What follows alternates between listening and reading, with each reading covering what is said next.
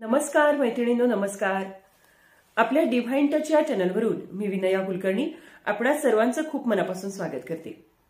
कालच या वर्षीचं शारदीय नवरात्रोत्सव सुरू झाले आणि आपण सुद्धा सगळ्याजणी ते अगदी श्रद्धेने भक्तिभावनेने करत असाल.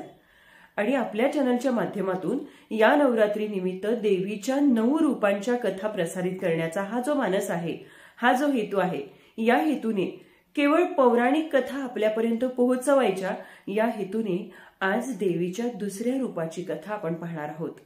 काल आपण आपल्या चॅनलवरून देवीच्या पहिल्या रूपाची अर्थात शैलपुत्री रूपाची आपण कथा पाहिलीत आणि आज पाहणार आहोत दुसऱ्या रूपाची अर्थात ब्रह्मचारिणी रूपाची ही कथा. या ज्या कथा आहेत या सर्व कथा पौराणिक आहेत.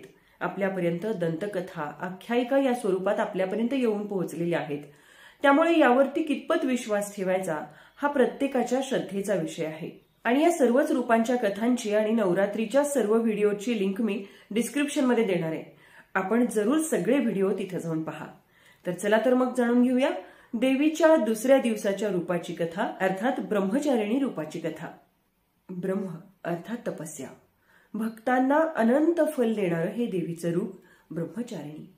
तपस्या करणं किंवा तपश्चर्या करणं हे साधंसुधं काम नाही. त्यासाठी मनाचा खूप मोठा निग्रह लागतो, मनाचा निश्चय लागतो. आणि काय सांगावं की कदाचित याच हेतूने नवरात्रीमध्ये 9 दिवसांच्या उपवासाची प्रथा पडलेली असावी. या 9 दिवसांमध्ये या तपचारणामुळेच कदाचित आपल्या मनावरती संयम यावा. भक्तांना अनंत फल देणारं हे देवीचं रूप देवी ब्रह्मचारिणी. तप करणं म्हणजेच तपश्चर्या करणं, म्हणूनच या देवीला तपचारिणी असं सुद्धा म्हणतात. देवीच्या या रूपाच्या आराधनेने आपल्या मनामध्ये तप, त्याग, वैराग्य, निष्ठा, ब्रह्मचर्य पालन या सगळ्या सद्विचारांची वृद्धी होते आणि आपल्या मनामध्ये या विचारांची पेरणी होते. म्हणून सद्विचार देणारी, शुभ्र विचार देणारी ब्रह्मचारिणी म्हणून या देवीच्या वस्त्राचा रंग पांढरा असतो. ब्रह्मचारिणी शब्दाचा अर्थ तपाची चारिणी म्हणजे तपचारिणी म्हणजे तपश्चर्या करणारी, मनाचा निग्रह करणारी.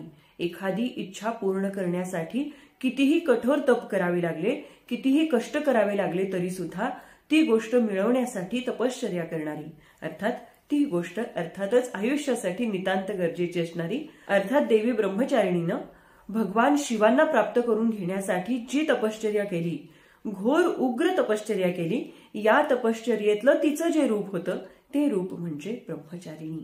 या देवीच्या उजव्या हातामध्ये जपमाळ आहे आणि डाव्या हातामध्ये कमंडलू आहे.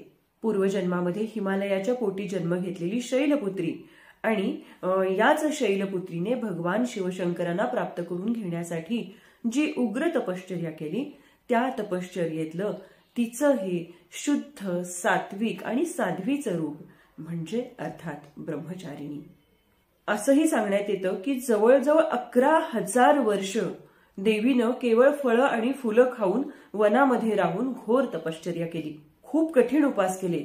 ऊन, वारा, पाऊस या कशाचाही तिच्या तपश्चर्येवरती अजिबात परिणाम झाला नाही.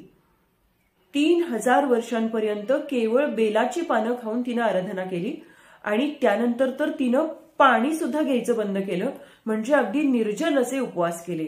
म्हणूनच काही ठिकाणी कदाचित या 9 दिवसांमध्ये एखादा दिवस निर्जल उपवास असतो किंवा कडक उपवास असतात. देवी पार्वतीनं भगवान शंकरांना प्राप्त करून घेण्यासाठी जी काही तपश्चर्या केली, त्या तपश्चर्येतला काही अंश का होईना आपल्याला जगता यावा, आपल्याला अनुभवता यावा, यासाठी आपण नवरात्र करतो. आणि देवीच्या या तपश्चर्येवरती प्रसन्न होऊन सर्व देवांनी या देवीला असा वर दिला की या देवीच्या आराधनेमुळं भक्तांच्या आयुष्यातील, त्यांच्या मनातील सगळ्या इच्छा पूर्ण करणारी अशी देवी म्हणजेच ब्रह्मचारिणी देवी.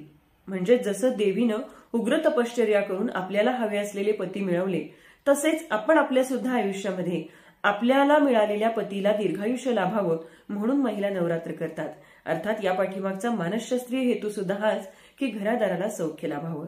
आपल्या आयुष्यामध्ये कितीही कष्ट आले तरी सुद्धा आपण आपल्या प्रिय व्यक्तींसाठी त्या कष्टांना हसत हसत सहन करावं आणि आयुष्य आनंदाने जगावं आणि आपलं चारित्र्य सुद्धा शुद्ध आणि निष्कलंक ठेवावं. असाच वसा आणि वारसा ब्रह्मचारिणी रूपातल्या या दुर्गेच्या या रूपातून आपल्याला मिळतो.